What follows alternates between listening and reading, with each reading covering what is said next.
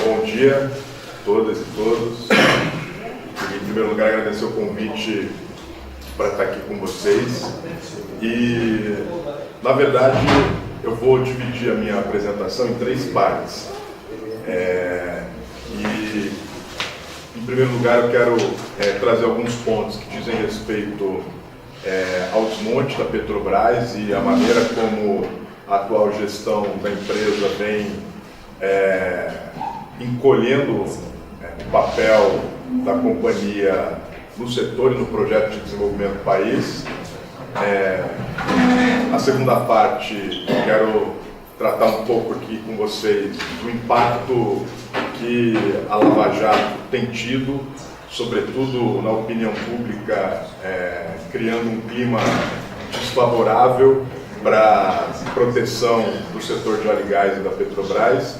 Em terceiro, eu queria tratar de alguns conflitos de interesse que dizem respeito ao que está acontecendo hoje na companhia. Então, em primeiro lugar, como vocês sabem, a diretriz da atual gestão é a de encolhimento da empresa e a de retirada da Petrobras do centro do projeto de desenvolvimento econômico e tecnológico do país. Na década passada, no chamado período do lulismo, os investimentos públicos em infraestrutura e os investimentos feitos pela Petrobras, que desaguaram na descoberta do pré-sal, colocaram a companhia no centro do projeto de desenvolvimento econômico e tecnológico do país. E é exatamente isso que está sendo afrontado e ameaçado na atual conjuntura. Como vocês sabem, o calendário do golpe coincide sistematicamente com o calendário do desmonte da Petrobras. E isso responde a interesses internacionais e a interesses nacionais. Então, do ponto de vista da exploração e da produção, o que se tem, eu listei ali algumas diretrizes que materializam, que dão concretude para esse encolhimento, que é o fim da participação obrigatória nos leilões do pré-sal, a venda dos blocos e o fim da política de conteúdo local, que também tem causado um impacto nas cadeias produtivas vizinhas, a cadeia de óleo e gás. O que diz respeito ao refino, tem um novo modelo de negócios fundamentado em parcerias, priorizando o setor privado e o capital estrangeiro. O Clovelmar vai tratar disso de maneira mais aprofundada e mais detalhada na sequência.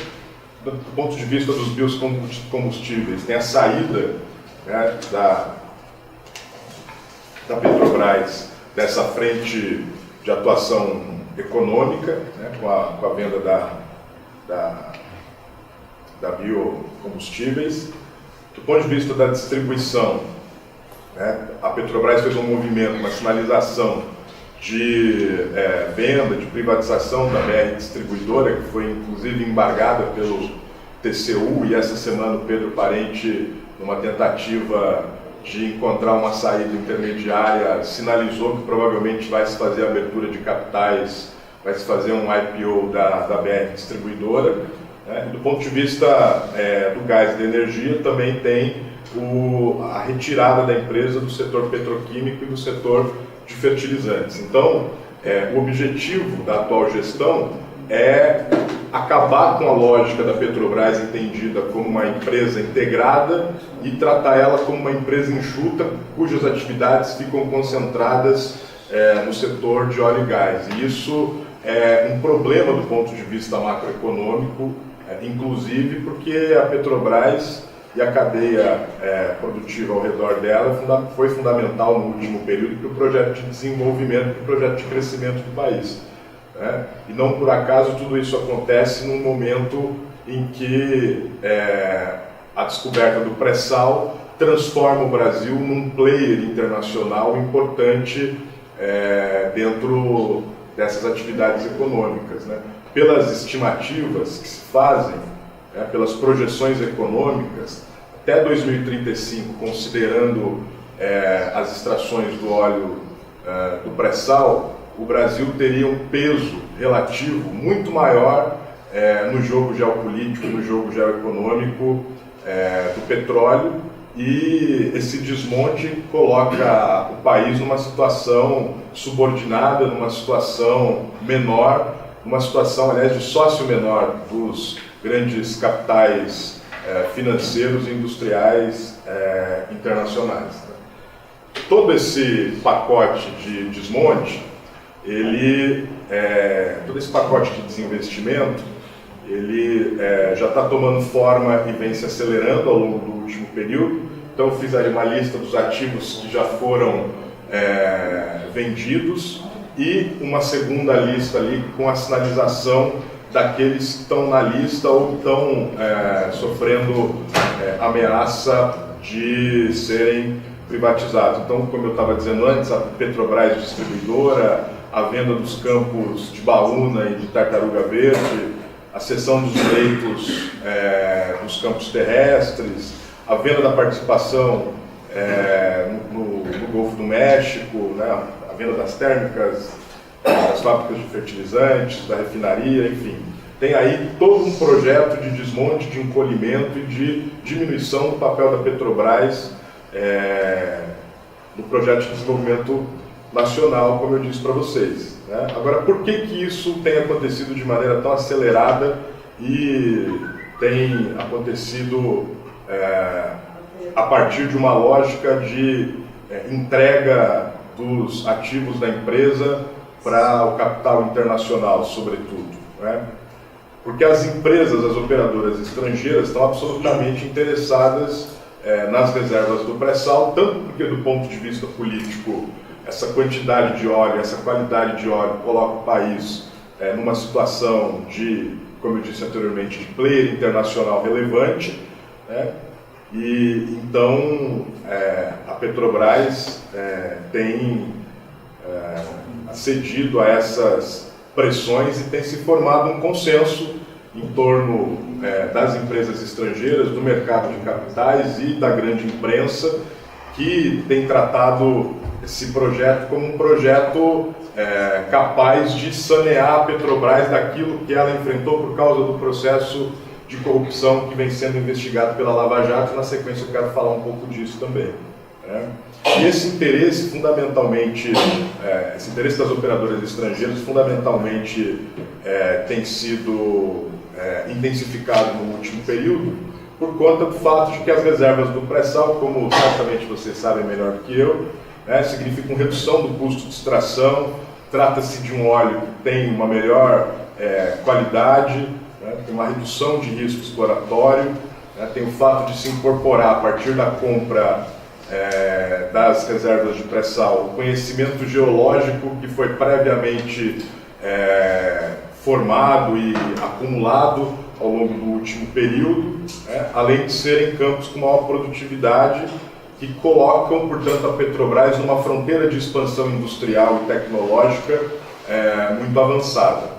Então, isso tudo, evidentemente, está articulado com o projeto de desmonte do Estado brasileiro e do complexo de empresas estatais, cujo centro é a própria Petrobras. E tudo isso tem sido legitimado pela opinião pública exatamente a partir das investigações feitas pela Operação Lava Jato. E aí eu queria tratar um pouco desse assunto, porque a opinião pública, ao contrário do que aconteceu em períodos anteriores, nesse momento, nessa conjuntura atual, ela está muito menos sensível ao desmonte da Petrobras do que em períodos históricos onde a própria sociedade se organizou para defender as conquistas do setor. E tudo isso tem como ponto de partida inicial a maneira como a Operação Lava Jato construiu uma ideia de que a Petrobras é o centro, é o núcleo de partida de um esquema de corrupção gigantesco, e a opinião pública e a grande imprensa têm tratado isso como se fosse um problema exclusivo da Petrobras e um problema de um projeto progressista de esquerda que colocou a companhia, como eu disse para vocês, no centro do projeto de desenvolvimento econômico e industrial do país. E eu queria trazer alguns elementos aqui para dialogar com vocês, porque a maneira como a Operação Lava Jato tem legitimado o desmonte da Petrobras, ela repousa sobre 3 grandes mitos. E eu acho que é importante socializar isso com vocês, até para a gente começar a construir um conjunto de argumentos para defender o setor, para defender a empresa da maneira como a opinião pública, a grande imprensa, os interesses do mercado financeiro internacional e os interesses dos golpistas têm colocado a questão, né? Então, em primeiro lugar, a gente precisa considerar que a Operação Lava Jato ela tem causado um impacto muito significativo na economia brasileira, um impacto negativo, né? Então, eu fiz uma lista aqui de alguns dados, uma sistematização de alguns números para vocês terem uma dimensão do ponto de vista econômico do significado da Operação Lava Jato, né? Então, ela foi responsável por um impacto negativo de queda de 2,5% do PIB entre 2015 e 2016. Ela foi responsável pela redução do equivalente também a 2% do PIB em investimentos da Petrobras em 2015 e produziu uma redução equivalente a 2,8% do PIB em investimento das construtoras que estão também sendo investigadas e que fazem parte do rol de fornecedores da Petrobras. Tudo isso tem significado, pelas estimativas econômicas, uma redução de 5% dos investimentos em capital no país. E, evidentemente, isso tem um impacto sobre o mercado de trabalho, isso tem um impacto sobre a maneira como a recessão brasileira vem se aprofundando, né? Então, pelos números, a gente tem aí estimados até hoje uma perda de cerca de 142 bilhões de reais nas indústrias da construção civil, na metalmecânica, na engenharia pesada, na indústria naval e na cadeia produtiva de óleo e gás. Além disso, do ponto de vista do que aconteceu dentro da empresa, os balanços da Petrobras desde 2014 apontam uma estimativa de perda de 6,2 bilhões com propinas e desvios em torno daquilo que está sendo investigado na Lava Jato.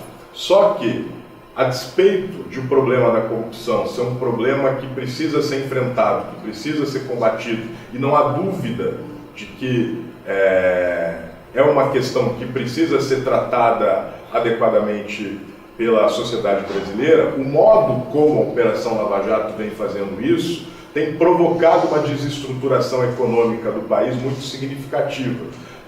Esses números que eu listei para vocês de redução do PIB, do volume de investimentos, na prática tem significado uma perda direta ou indireta de cerca de 2 milhões de postos de trabalho em 2015, e 2016 isso chegou, pelas estimativas, a cerca de 3 milhões, e esse número deve crescer. Hoje no Brasil a gente tem algo em torno de 14 milhões de desempregados. Um quarto desses desempregados tem relação direta ou indireta com as cadeias produtivas de óleo e gás e de tudo aquilo que está orbitando ao redor delas. Então, isso tem sido devastador para a economia brasileira, inclusive quando a gente considera o fato de que as experiências internacionais de combate à corrupção no setor de minérios e no setor de óleo e gás, ela é uma dinâmica de combate à corrupção que pune os empresários, mas sem desestruturar a empresa. E o que está acontecendo no Brasil é a desestruturação da empresa com os objetivos de fornecer esses ativos para o capital internacional e se usa a justificativa de combate à corrupção como se fosse o motivo principal para isso acontecer. Quando, na verdade, o combate à corrupção é só uma cortina de fumaça para esconder um desmonte maior que está relacionado àqueles elementos que eu listei para vocês anteriormente, Do ponto de vista fiscal, tem uma queda aí de 5,7 bilhões na arrecadação de impostos, tanto para a União quanto para estados e municípios, e esse valor, na virada do ano passado para esse, pode já ter chegado à casa de 10 bilhões. Portanto, no momento que o país passa por uma crise, por uma recessão, a maneira como a Lava Jato vem fazendo as investigações e vem tratando o problema da corrupção tem produzido uma série de... tem reproduzido, na verdade, uma série de problemas para a recuperação econômica do país. Repito, com isso eu não estou dizendo que o combate à corrupção não deva ser feito. Ele deve ser feito. A questão é como ele vem sendo feito e o que ele tem escondido por trás de si. Né? Então, para desdobrar um pouco melhor esses números, né, a gente fez uma lista ali do que significa, ou de como estão distribuídas essas reduções de postos de trabalho. Né? Então, na construção civil, a queda teve uma redução de 15% no número de postos de trabalho. 441 mil empregos foram tirados. Na construção pesada, tem uma redução de 1/3 praticamente de empregos. No setor naval, a redução foi de mais do que 50%. Metade, portanto, dos trabalhadores da cadeia produtiva da indústria naval, que está diretamente relacionada à política de conteúdo local e aos avanços da Petrobras, foram postos fora do mercado de trabalho. Do ponto de vista dos trabalhadores próprios também da Petrobras, tem uma redução aí, uma diminuição de 86 mil para 68 mil. Né? Assim como tem uma redução de 66% nos trabalhadores terceirizados. Né? E, por fim, um último número que eu aponto ali, também é a queda do investimento em pesquisa, desenvolvimento e inovação. Que isso é uma frente de desbravamento fundamental que a Petrobras criou, tem um papel estratégico para o desenvolvimento brasileiro. Né? Se a Petrobras não realiza esse pacote de investimentos, ela não, o desenvolvimento industrial e tecnológico do país fica certamente prejudicado. Né? Agora, por trás de tudo isso, existem 3 grandes mitos sobre o combate à corrupção que eu acho importante socializar com vocês, para a gente construir argumentos, inclusive, para dialogar com a opinião pública. Porque o discurso que se instalou no Brasil é de que a Petrobras é uma grande empresa corrupta que foi saqueada por bandidos de esquerda e que, portanto, desmontaram a empresa. O problema é que a corrupção não é um problema localizado na Petrobras. A corrupção é um problema sistêmico e, sobretudo, é um problema endêmico do setor de mineração. Pelos dados da OCDE, 19% dos casos de grande corrupção que acontecem no mundo estão concentrados no setor de mineração e extração e, portanto, afetam a cadeia de óleo e gás e outras nas quais a Petrobras atua. E isso acontece porque se trata de um setor que mobiliza contratos e recursos muito volumosos. Portanto, os grandes casos de corrupção vão certamente estar atrelados a essa dinâmica. Além disso, tem um outro mito que tem sido apresentado para a opinião pública brasileira pela grande imprensa, que é a ideia de que, para se combater a corrupção, é preciso diminuir o tamanho do Estado e o tamanho da empresa. Isso é uma mentira, e é uma mentira porque quando a gente olha para as experiências internacionais, quando a gente olha para os índices de transparência e de corrupção, tanto da Transparência Internacional quanto do próprio Fórum Econômico Mundial, o que a gente percebe é que aqueles países que são considerados os mais transparentes são justamente os que fazem mais investimento, os que fazem mais gastos sociais e aqueles que têm um Estado mais organizado e maior. E aqueles países que são considerados os menos corruptos, os mais corruptos, são justamente aqueles países que têm um Estado menor, volumes de investimentos menores e assim por diante. Portanto, todas as experiências internacionais mostram que o combate à corrupção não precisa passar pelo desmonte do Estado, tampouco pelo desmonte das empresas. Pelo contrário, o combate à corrupção exige volumes maiores de investimento e exige a implementação de medidas de governança e de aperfeiçoamento dos fluxos internos da empresa, que são elementos que reforçam a necessidade de se ter mais investimento e uma melhor governança. Né? E a terceira questão, o terceiro mito, corrupção, que está ligado a esse anterior e que eu estou descrevendo para vocês, é de que a prevenção contra a corrupção precisa passar pela redução de investimentos. A gente tem acompanhado as experiências internacionais e, recentemente, tanto a Shell quanto a Statoil passaram por problemas de corrupção maiores do que os investigados pela Lava Jato, na Líbia, na Angola e na Nigéria, e isso não significou em nenhuma delas a redução de investimentos. Pelo contrário, depois de descobertos casos de corrupção, as empresas passam a fazer aportes de investimentos maiores, inclusive para aperfeiçoar a governança e combater esse tipo de problemas, né? Então, eu estou chamando a atenção desses elementos porque eu acho que eles são importantes para a gente desconstruir essa ideia de que a Petrobras é uma empresa corrupta e de que, para combater essa corrupção, ela precisa ser vendida e desmontada, né? Além disso, né, como eu disse para vocês anteriormente, tem cerca de... As estimativas da Petrobras apontam a perda com desvios e propinas da ordem de 6,2 bilhões. Mas aquilo que de fato tem sido devolvido pelas 39 fases da Operação Lava Jato para a companhia é um volume muito pequeno, né? Pelos últimos números, na verdade, a Petrobras recebeu de volta menos do que 600 milhões daqueles 6,2 bilhões que ela própria indica que foram vazados da companhia por causa dos problemas de corrupção. E chama a atenção também o fato de que as perdas do último período na Petrobras estão diretamente relacionadas aos testes de impairment, que o Clovelmar também pode falar melhor do que eu, porque ele é o maior especialista no assunto que eu conheço. Conhece muita gente também. Então, só para vocês terem uma ideia, só com os testes de impairment entre 2015 e 2016, a Petrobras teve uma desvalorização, uma perda de 66,9 bilhões. Isso é mais do que 18 vezes aquilo que foi desviado com a corrupção da Lava Jato.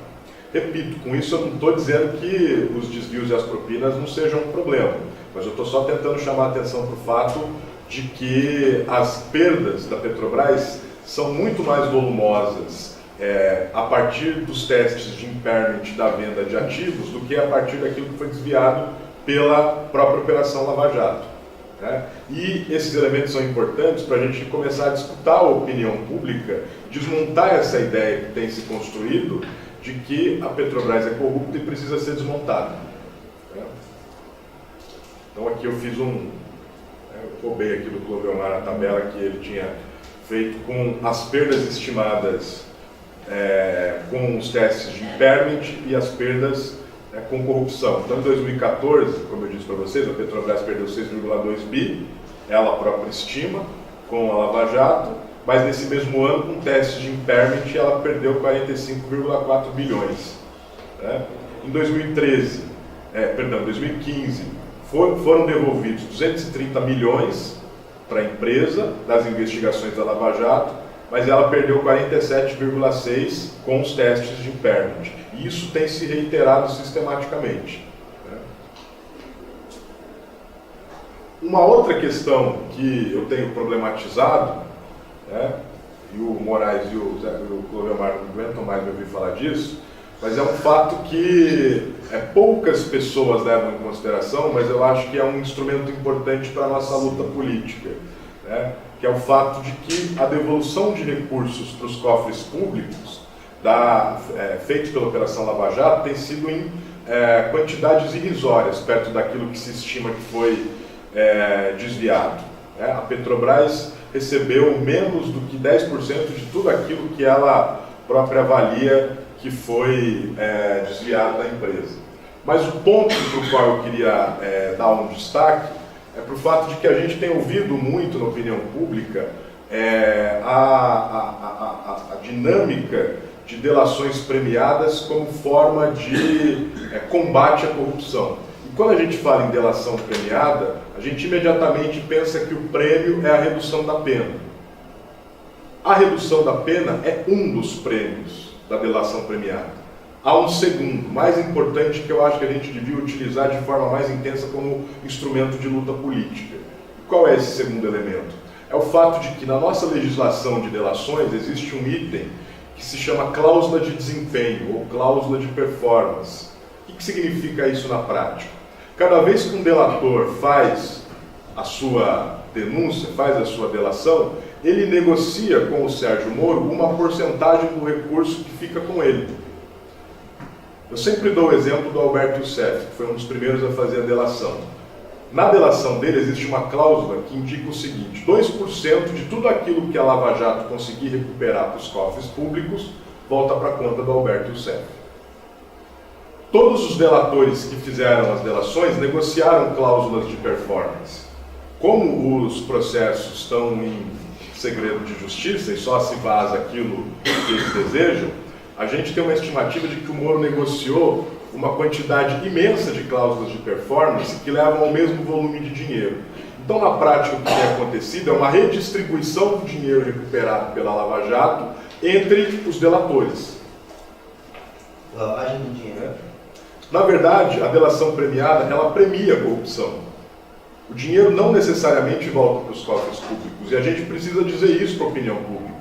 Porque as pessoas acham que as 39 fases da Operação Lava Jato estão captando aqueles recursos que foram desviados, e esses recursos, as pessoas acham que esses recursos estão sendo devolvidos para os cofres públicos, mas na verdade não estão. Eles estão sendo redistribuídos entre os delatores. Eu gosto muito do caso do Alberto Youssef, porque ele é muito emblemático. Ele está em prisão domiciliar, numa cobertura do lado do Parque do Ibirapuera, e cada vez que a Lava Jato consegue recuperar uma parte dos recursos que foram desviados, 2% cai na conta dele. Né? Só nessa brincadeira, com essas 39 operações, ele já recebeu mais de 150 milhões. Portanto, há um problema aí que precisa ser explicitado e que precisa ser abordado, é o fato de que, mesmo do ponto de vista de uma avaliação ética, de uma avaliação moral, a Lava Jato não combate adequadamente a corrupção, porque ela não tem o diagnóstico correto do que é a corrupção no Brasil. Ela tem um diagnóstico moralista sobre o que é a corrupção, ao invés de ter um diagnóstico de um problema que é endêmico e sistêmico, e que precisa de outros instrumentos para ser combatido. Não esse tipo de procedimento que tem sido reiterado pela Operação Lava Jato. Agora, tudo isso acontece, como eu estava dizendo para vocês, escondendo da opinião pública os verdadeiros interesses que estão por trás desse projeto e que são aqueles que eu estava enunciando no começo da minha fala.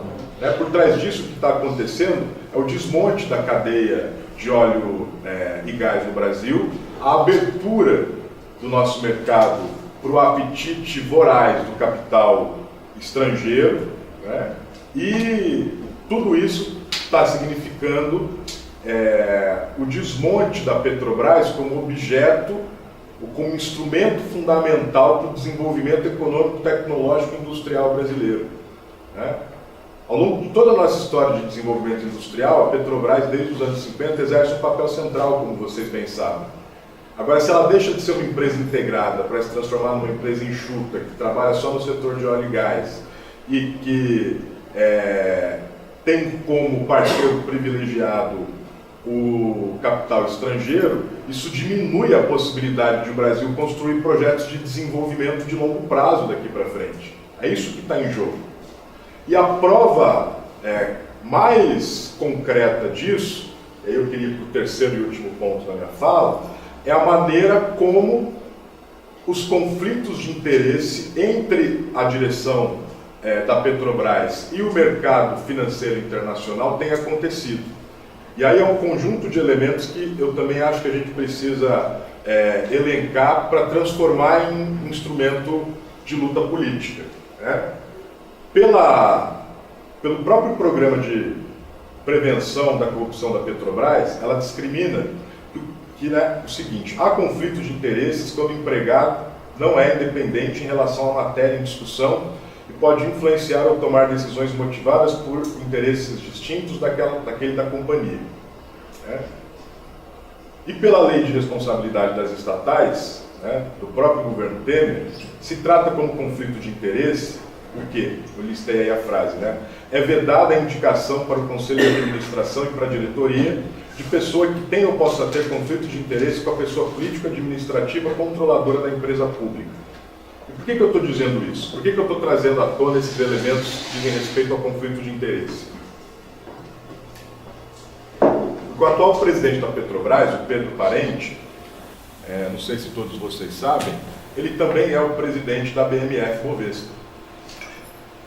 Portanto, se num momento onde a diretriz da empresa é pela realização de privatização, de desinvestimento, de encolhimento e de concessão desses ativos para o mercado financeiro, se essas são as diretrizes e se o presidente da Petrobras é o mesmo presidente da Bolsa de Valores, há um conflito de interesse evidente aí.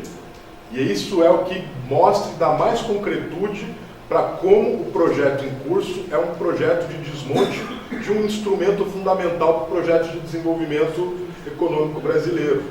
A gente tem feito um exercício lá no GEP, nosso grupo de estudos e de pesquisas da FUB, em torno de como é que tem se dado essa mistura de interesses no mercado financeiro com as diretrizes de desinvestimento da Petrobras.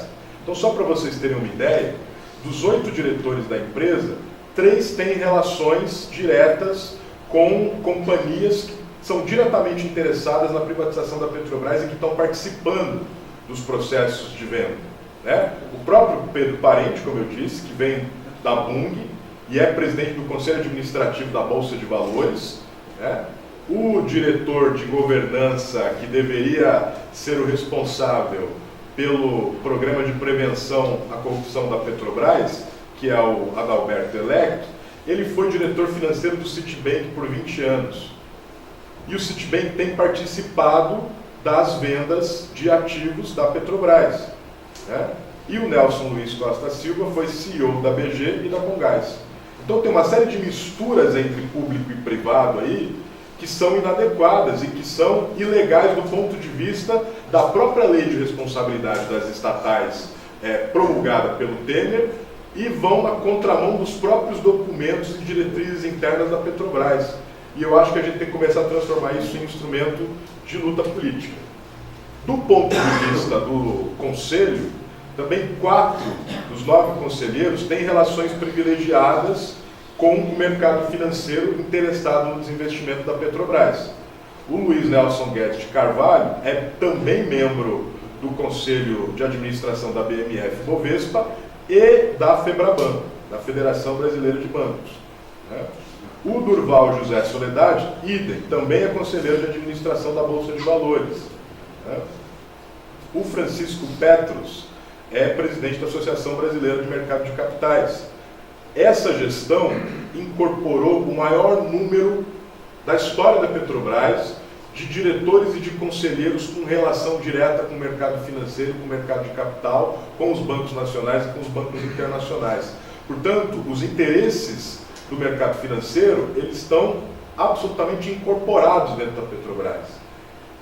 E isso mostra como essa lógica de desinvestimento e de encolhimento da empresa joga água no moinho do rentismo financeiro de curto prazo e desmonta uma dinâmica tecnológica produtiva de longo prazo que veio sendo construída ao longo dos últimos anos na Petrobras e que culminou na descoberta do pré-sal.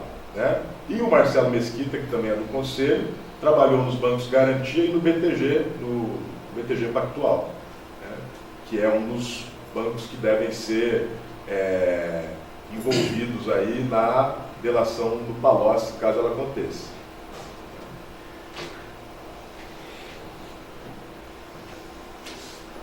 Aí a gente fez um exercício, me perdi.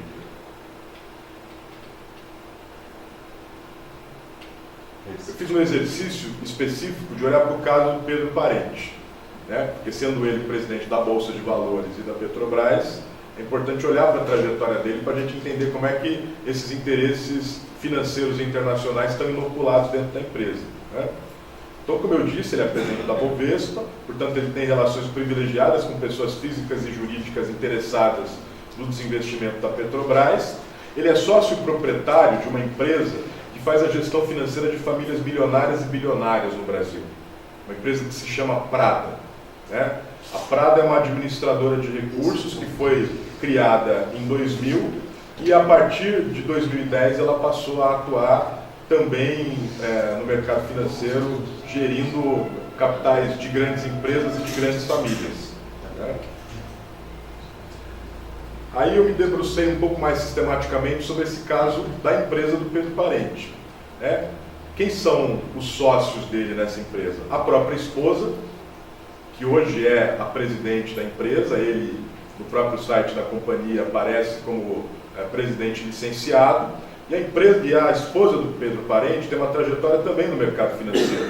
Ela trabalhou no JP Morgan, no Credit Suisse e em grandes bancos internacionais que estão participando das vendas dos ativos da Petrobras.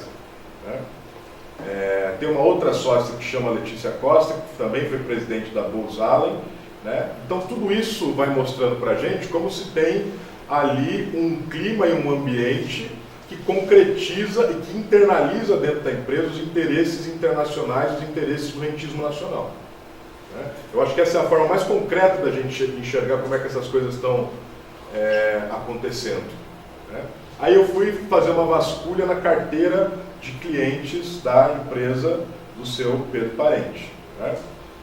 Então, em 2014, como vocês sabem, ele sai da Bund, se concentra na Prada, né, que é uma empresa que inicialmente, como eu disse, faz a gestão de fortunas de grandes famílias. Né? Em 2014, essa empresa era uma empresa que tinha e atendia 20 famílias, 20 clientes, todos eles com patrimônio acima de 20 milhões. Em 2016, quando Pedro Parente assume o conselho administrativo da Bovespa e a presidência da Petrobras, a empresa dele cresce exponencialmente. Ele passa a atender 91 famílias e 4 grandes empresas, todos clientes bilionários, né? Atuando no mercado com dólar, com ativos internacionais e com crédito privado. Né? Então eu estou chamando a atenção de alguns elementos que eu acho que podem servir como instrumento de luta política nesse momento. Né? Além disso, tem outros problemas de conflito de interesse aí em torno do Pedro Parente. Né? A passagem dele pela presidência da RBS, no Rio Grande do Sul, criou condições de relação privilegiada dele com o grupo da Rede Globo. Né? A passagem dele pelo conselho de diversas multinacionais pode significar relações prioritárias com o capital financeiro internacional. Né? A passagem dele pela Bund foi marcada pela priorização de grandes investimentos em usinas de açúcar e álcool, né? E naquela ocasião a empresa se tratava de uma concorrente da Petrobras Biocombustíveis, que foi vendida, aliás, pela atual gestão. Né? Há aí um outro elemento que a gente tem estudado um pouco mais a fundo, que são as relações entre a empresa do Pedro Parente e a empresa do Armínio Fraga. Elas trabalham em conjunto. Né? A Prada Investimentos e a Gávea Investimentos têm relações muito próximas, e essas conexões provavelmente levam diretamente ao grande capital financeiro internacional e aos grandes bancos que estão participando desses processos de desinvestimento da Petrobras. Do ponto de vista do método de gestão do Pedro Parente, o que me chamou a atenção nessa pesquisa? Ele causou prejuízo de mais de 1 bilhão para a Petrobras, como vocês sabem, em contratos assinados com o setor privado para a construção de usinas termoelétricas, ainda no governo Fernando Henrique. Eu levantei uma coisa que pouca gente lembrava, mas que acho que pode ser interessante trazer à tona agora, mas ele foi um dos responsáveis pela elaboração e pela execução do orçamento do governo Collor, e ele foi um dos responsáveis pela proposta de confisco das poupanças na ocasião. Né? Além disso, ele responde a ações de improbidade administrativa em 20 varas federais de Brasília, por conta da ajuda que o governo Fernando Henrique deu para os bancos econômicos e para o Banco Bamerindos. E durante a passagem dele pela Bund, a empresa teve um prejuízo operacional acumulado de 216 bilhões. Portanto, ele não se trata de um gestor de empresas, ele se trata de um gestor do mercado financeiro, fundamentalmente. E durante a passagem dele pela RBS, a empresa ficou conhecida por deixar de pagar impostos e por isso está sendo investigada na operação Zelotes. Então, Eu vou acelerar um pouco aqui, mas eu fiz o Dallagnol, uma tentativa de Dallagnol melhorado. Né? Isso aqui foi uma tentativa de montar essa teia de relações que eu estou descrevendo para vocês, porque quando a gente olha ali, ó, o Pedro Parente como presidente da Petrobras, né, com essa direção e com esse conselho, tem relações privilegiadas com a Bovespa, com o Citibank, com o BG e com a Comgás. E do ponto de vista do conselho, tem relações privilegiadas com a Febraban, com Garantia e com o BTG Pactual. Como presidente da BMF Bovespa, ele tem acesso privilegiado ao capital financeiro e aos grandes bancos interessados em participar dos desinvestimentos da Petrobras. Como proprietário da empresa Prada, sócio da própria esposa, ele tem relações privilegiadas com os grandes bancos internacionais. Né? A partir da Mundi, ele tem relações privilegiadas com o agronegócio e com os commodities, e pela RBS, ele tem negócios com Arminio Fraga e com o Nizam Guanais, que é o publicitário que organizou as campanhas do PSDB, e eles são sócios também em um grupo de publicidade que se chama ABC. Então, tudo isso são exemplos concretos que eu estou tentando trazer para vocês, para concluir, para mostrar como a Petrobras está sendo objeto de desmonte por parte de interesses do capital financeiro internacional e do rentismo nacional, mas isso não está acontecendo de fora para dentro.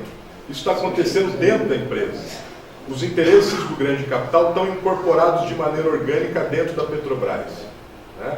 Então eu estou tentando trazer esses elementos concretos para mostrar para vocês como essa transformação de uma grande empresa integrada, capaz de desbravar novas fronteiras de tecnologia e de desenvolvimento econômico, não só tem sido desmontada, mas como tem sido desmontada a partir de dentro, com interesses privilegiados do capital financeiro e do capital rentista internacional. Então, nesse momento, acho que mais do que nunca, vocês têm uma responsabilidade, enquanto petroleiros, enquanto petroleiras, de disputar a opinião pública contra essa ideia de que a corrupção é o grande mal da Petrobras e de que ela está sendo desmontada para se combater esse problema, porque na verdade ela está sendo desmontada para atender os interesses dessas pessoas que se conformaram nessa teia e que têm relações privilegiadas com o mercado financeiro internacional. Era isso que eu tinha para dizer. Obrigado.